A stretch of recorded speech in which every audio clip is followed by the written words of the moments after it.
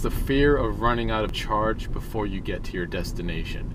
Now, this is nothing new. If you have a gas-powered car and you've ever experienced, you're going somewhere and then your low fuel warning light has come on, and then you still have another 40 or 50 miles to go, that's the same kind of feeling. That's range anxiety. But for some reason, at least I've never heard the term until EVs came along and people started freaking out about range anxiety. In the beginning of owning an EV, because you're not used to it and you don't know really what to expect, but after about the first week of having an EV, any kind of range anxiety you might have had in the beginning will go away. It's just like your gas-powered car. Every once in a while you might be running really low on fuel or charge, but usually you're going to be fine. You're not going to be running on empty all the time.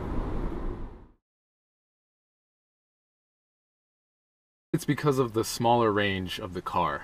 Most commercial EVs these days have a range of around 100 miles, excluding the Tesla, of course.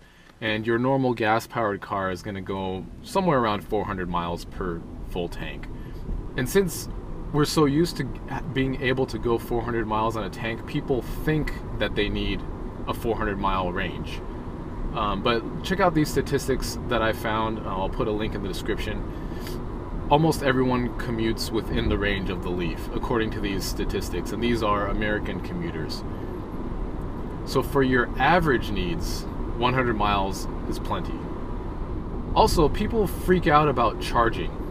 When they hear that it takes 4 hours to charge your car, in their mind they're thinking, okay, normally on the way home from work I'll fill up with gas for a couple minutes and then I'll go home. So if I get an EV, then after work I'll have to plug in for 4 hours, and that's just not going to work. EVs are stupid. When that's not the case. They're basically still in the gasoline mindset, and that's not how you charge an EV. It's a different way of doing things when you have an EV and when you charge, as opposed to a gasoline-powered car. You're not going to be doing the same routine. And we'll be doing a video about charging a little later. I think it comes from automotive journalists. They get a car for a few hours or maybe a day, and that's the only time that they have to actually experience the car.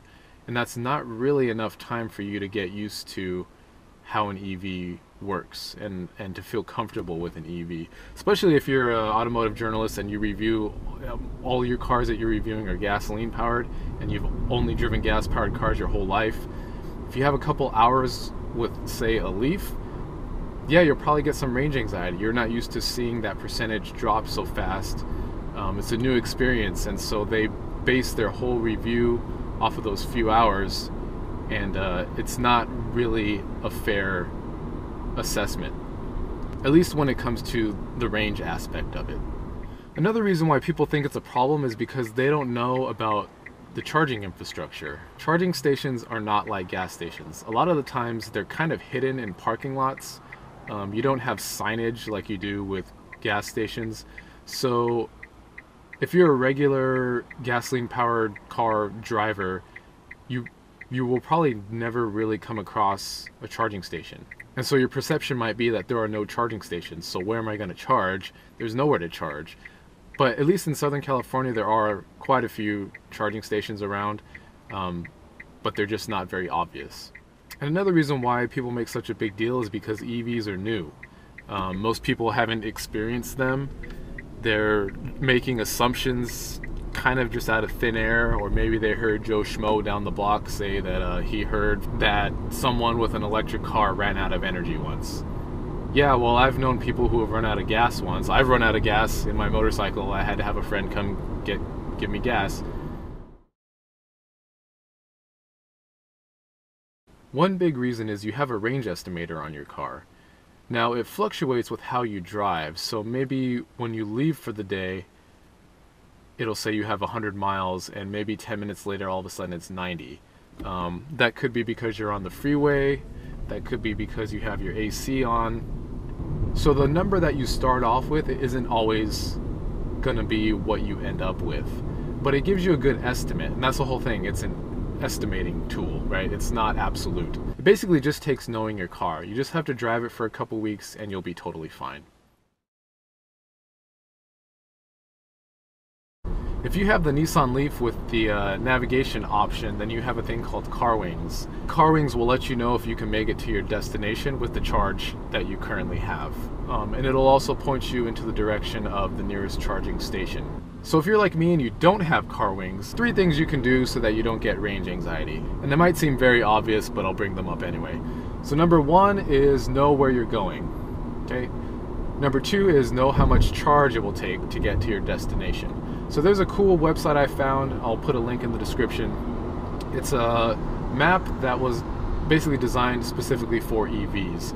So you can pick your EV, plug in your destination, and it'll let you know how much charge you'll have when you get to your destination. It's really handy. The third thing is know where there's charging available should you need it. And for that I use PlugShare. PlugShare is a user-updated map that shows you all the locations of the charging stations around. So that's my take on range anxiety. If you have any questions, please leave a comment, and hopefully I'll see you at the next video. Thanks, bye. Uh-oh, someone lost a chair. Oh no! Chair, middle of the road! And that's why you tie down your stuff in a truck.